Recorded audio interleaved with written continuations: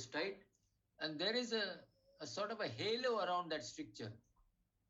Yeah. Little bit of a halo around that stricture, and suggesting that this is extravasation because this is a voiding. Yeah. And there's some extravasation into the spongiosum. This would have been a good case to do a sonourethrogram to actually assess that particular segment. So this dilatation of the bulbar urethra, which is, I think it's quite large, no, sir, the diameter? No, I think it's okay. I mean, we see these dilatations of the bulbar urethra. It just shows that because it is capacious, the bulbar urethra is capacious, and it just indicates that the stricture is very tight, and you can see that the whole of the urethra is distended. He can't be a very old person. There is some degree of, you can't see the bladder neck clearly in this profile, but just looking at this voiding study, you get the impression whether there is some degree of shouldering at the level of the bladder neck in some of these patients. It's not clearly seen. It's just that there's some degree of overriding and overlapping. So that's why.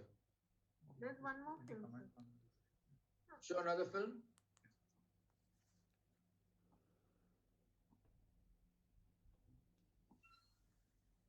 Here also there is some amount of shouldering seen, sir.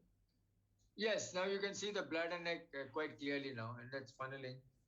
One would have expected a little bit. If it was shouldering, then I would expect much more concentric narrowing at that bladder neck. So I would say that this is a normal bladder neck at this point. And you can see this. Okay. But you just go back on that X-ray. Just go back on that X-ray. Another interesting finding there. You see, in the voiding study, you see the urethra is splitting. The contrast is splitting into two streams. More proximally. Yeah. No, more proximal. One stream going on top and one down. And then it's all entering into the bulbar urethra. Whereas in the next film, you can see that extravasation a little bit better here. You can see that into the spongiosum. Yes, you can. Yeah, you see a little bit more. So this stricture is actually quite long. Yeah. Quite a long stricture there, and there's a narrowing also beyond that. So even if you do any form of urethroplasty, you must be sure that you are going to get into normal urethra, both distally and proximally. Yeah. Yes. This is where some people will say methylene blue staining might be of help, so you can identify the normal and the abnormal areas clearly. Also, the proximal part or the pinoscrotal junction also is narrow. Yes, it is. It is. Or You see that on the RGU. Yeah. You can very clearly see that. Yeah. Yeah. Okay. Good. Go to the next one. Yes.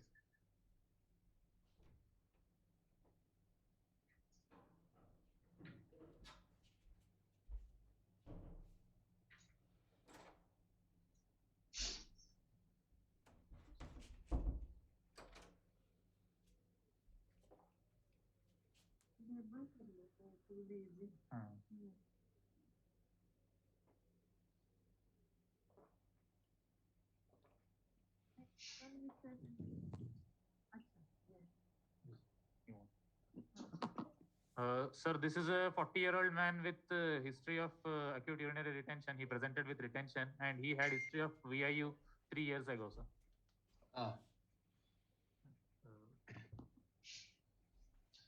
So there was a stricture already. Yes, sir. If he's had a history of VIU 3 years ago, he's had a stricture, and this is a mid-bulbar stricture. It's a mid-bulbar stricture. So A narrow stricture, very narrow. very narrow stricture, irregularity of the urethra proximally, Yeah. and not much of dilatation of the bulbar urethra, and the absence of the bulbar cone, which is probably because of underfilling. Yes. Might also indicate that this stricture may be tight, but if it was so tight, I would have expected some intravasation into the veins, etc. But obviously, the lumen is there for it to go past. Do you have any other RGUs on this patient? Yes. Just note that the rest of the anterior urethra is absolutely normal. Yes, yes. In comparison to the last. So this patient with one failed VIU, I think deserves a urethroplasty. This is another. This could be the first film, and what you showed me first would have been the second film because there's better filling in the RGU. Is it the same patient? Yes, Same same patient. patient. All right, okay. Go ahead. We have some more.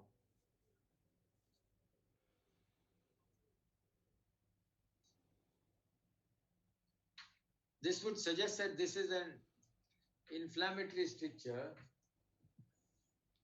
Yesterday there was a webinar conducted by Shivam, Acha.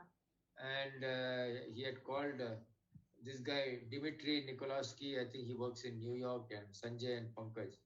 I also happened to log in the evening it was, and there they were saying that when they looked at their data, they found nearly 130 patients had idiopathic strictures, no real cause of sexual promiscuity or PXO or something.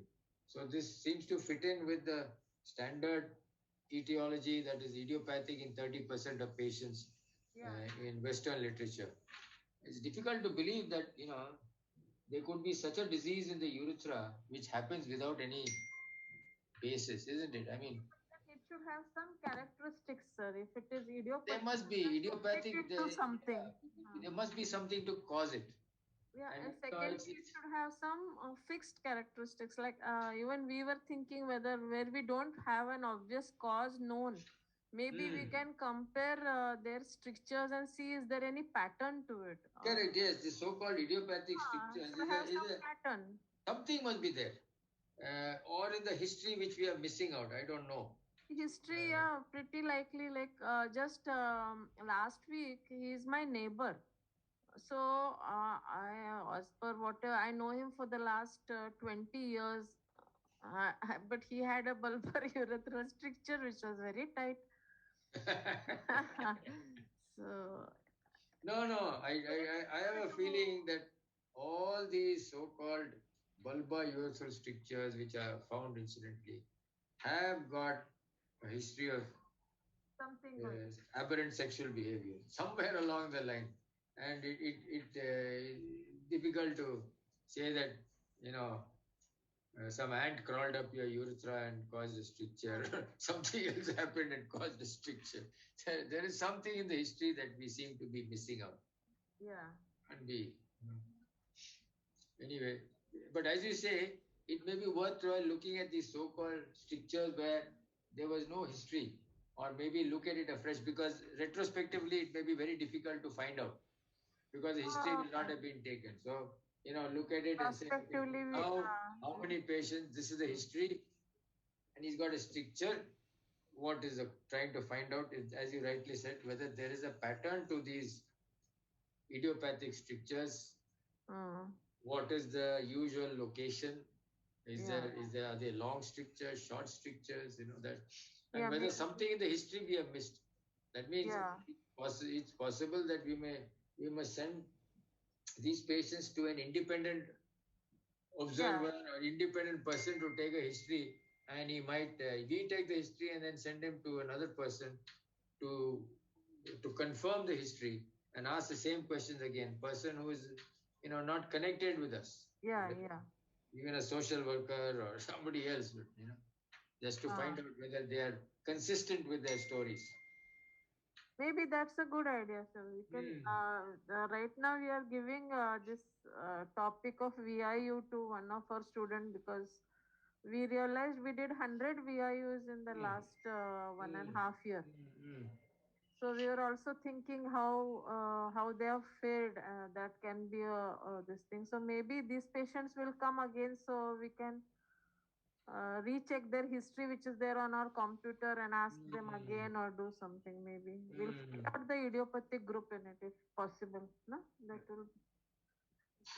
So then we'll go on to the next. Yes, go on to the next one. Sir, this is the MCU of the same previous patient, sir. Uh-huh. Yeah. Again shows a very tight stricture. Yes, sir. Okay. We'll go to the next case, sir.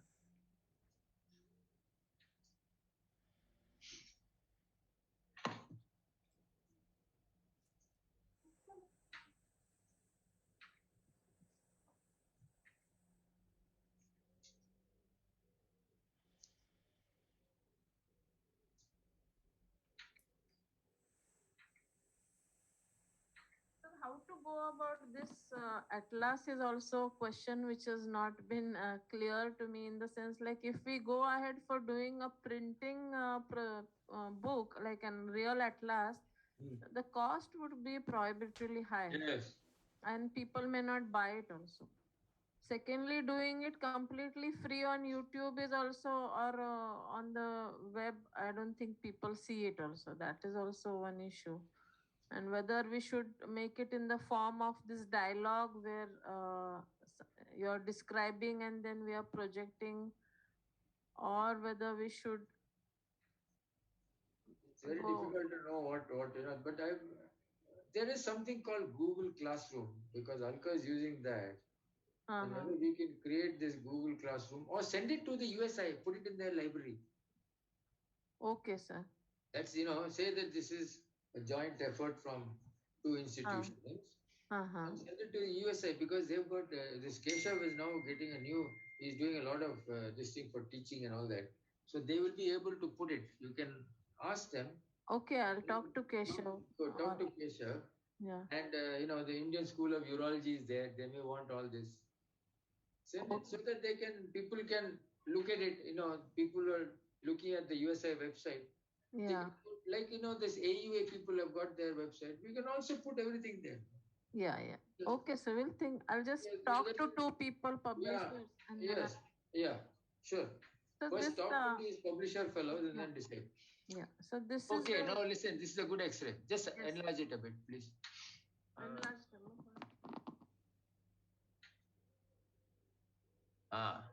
Sir, he is a 48-year-old man with history of Fournier's gangrene 5 years ago. And after that, he has underwent debridement, and following that, 2 times he has underwent VIU, 3 years back and 2 years back. And after that, he again continued with LUTs, and since 6 months he is having LUTs, and this was the imaging. Well, for somebody who's had Fournier's gangrene of the scrotum, he's got a reasonably spared anterior urethra. But a very tight bulbar urethra. You can see that there is an area of extravasation into the bulb.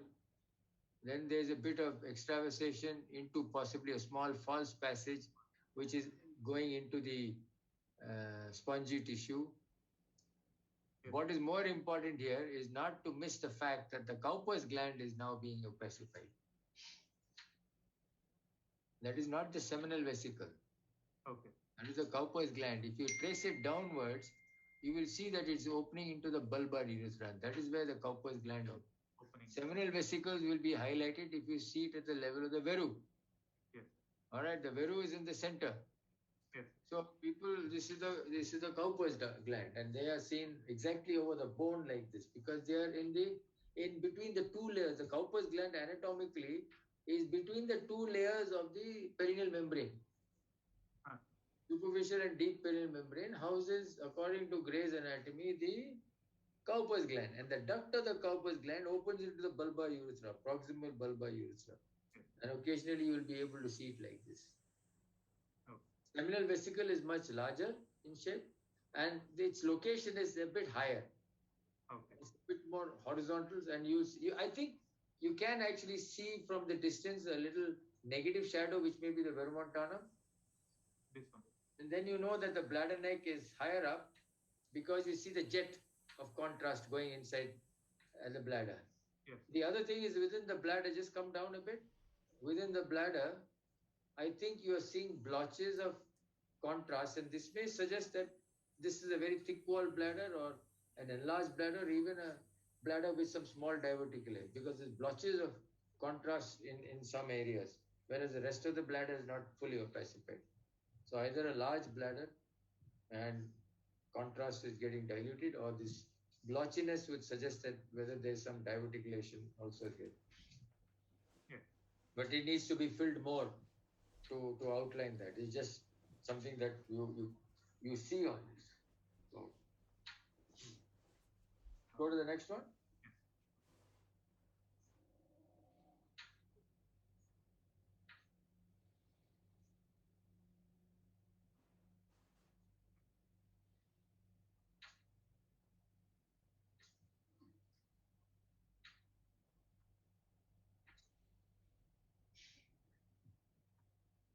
Yes, this is the voiding film of the same fish. It's not a very good voiding film to make a comment, because this, you got any more voiding images of this patient? Same. Same bladder is. One thing is very clear, that the bladder is not very large and the bladder is quite thick walled and trabeculated. Okay, sir. We'll go ahead to the next one. Go to the next one.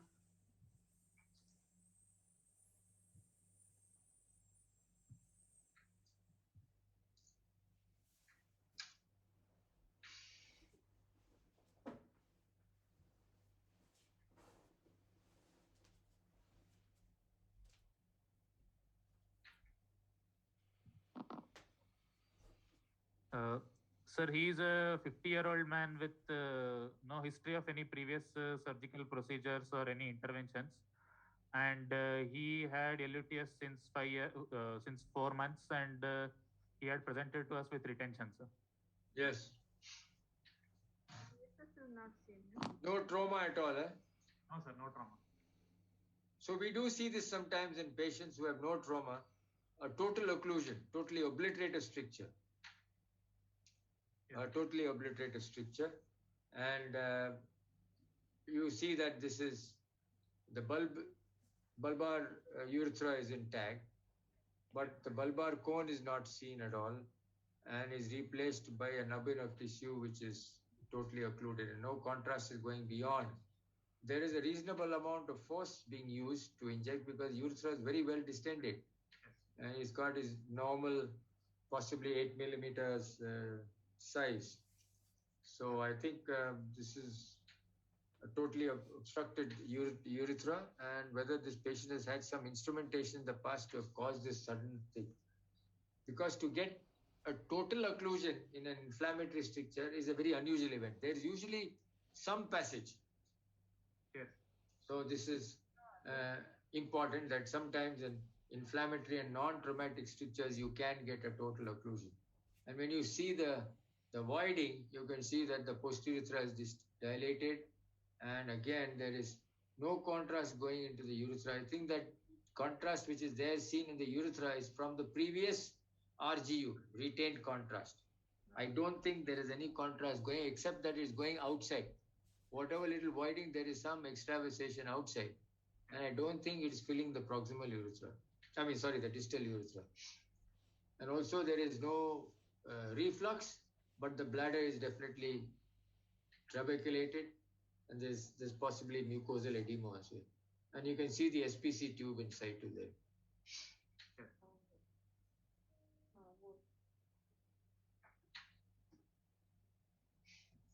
From the treatment point of view, it's important that in a patient like this, you see that the length of the stricture is actually, you're not sure. If it is non-traumatic, non-traumatic stricture, it is probably better to do some form of substitution.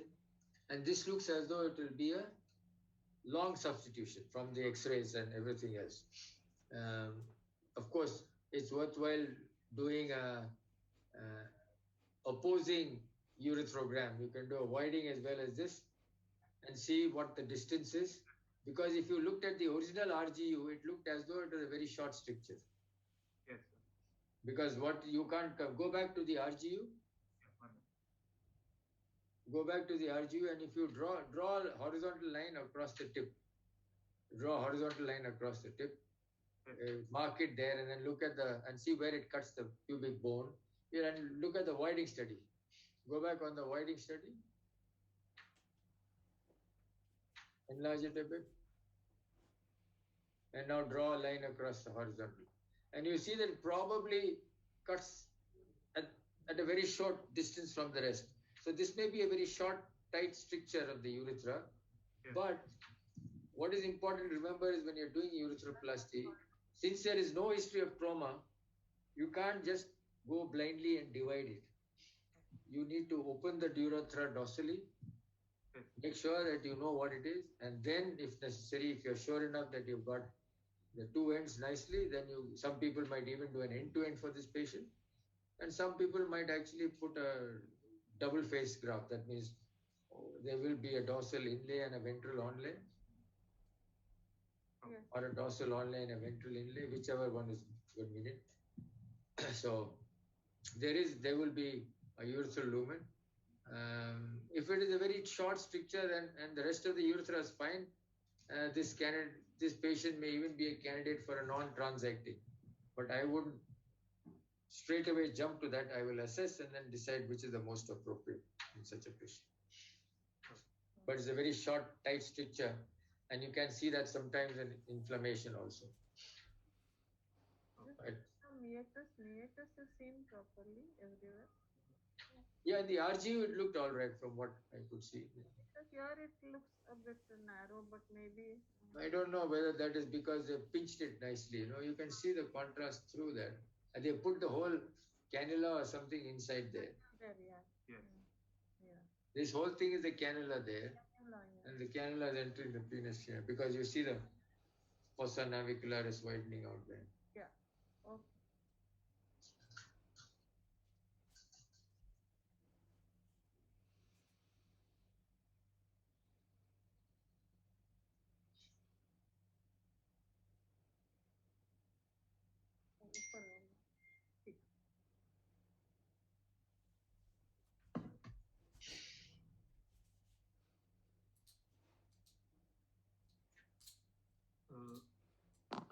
This is a 40-year-old man who has presented with retention of urine, sir, and he has a history of VIU 3 years back. And this is the imaging, sir. Well, again, it's something like the first case you showed that there is already an existing stricture. It must have been a very tight, and he had an EIU, had some good voiding for a few months to years, and then again it is strictured. So again, this is urethroplasty. Is there a voiding study? It's again a short stricture, probably. Short, tight stricture.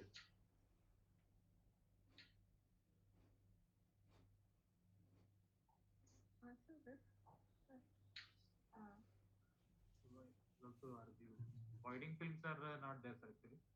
It's important. I think we need to stress on the role of voiding films in a urethrogram because you need to be sure as to what you're doing. Well, there is some difference of opinion. I still feel that a voiding study is necessary in a patient who got a stricture. Again, if this shows, the voiding study shows the stricture right after that, he could be a candidate for any of the procedures that we've just outlined earlier. Yeah.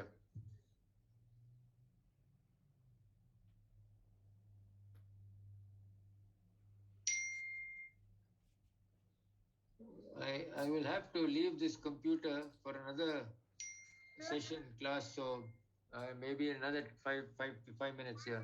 5 minutes here. Yeah. Okay. Go to the next one.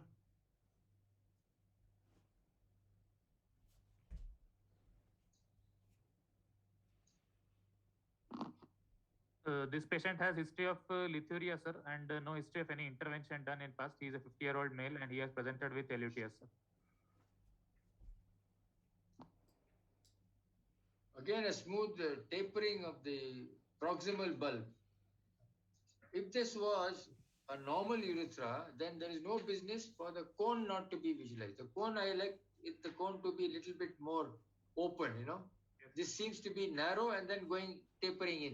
Yes. So whether there is actually a small ring stricture, come down a bit, come down to, the arrow, sorry, the mouse arrow. Yes, at that point it looks as though there may be a narrowing. Yes. If there was a normal bulbar cone, then this whole urethra would have been widened right up to the apex and come right up to the point there. So the whole thing would have been wide. Whereas here it is wide up to that point and then narrows down immediately. Narrow. So I think that there is a stricture here. So the next film. Avoiding would be very useful in such a patient. This film is not very good. Or koi hai film?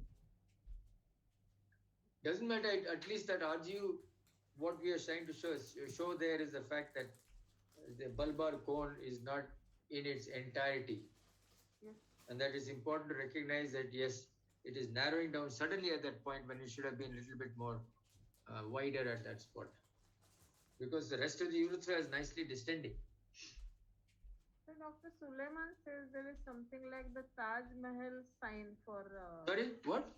Dr. Suleiman Merchant says that Yes. he has described, he has not published, I think, but he has described some Taj Mahal sign for the bulbar cone. And That is this minaret, Taj Mahal minaret? the main dome of the Taj Mahal, which is there in the center. Yes. I'll see if we can get him to give us that picture where he has compared the dome of When he took that class, I think he mentioned that. It is that bulbar cone business. Yes. Yeah. It looks like a minaret, nicely wide and then tapering. Yeah. Yeah, I think that. Okay. Another Sir, then we have only one more similar one. So I think so you can go. Okay, right. I'll give the computer off then. Okay. Okay, sir. Thank you. Thank you. See you. Bye.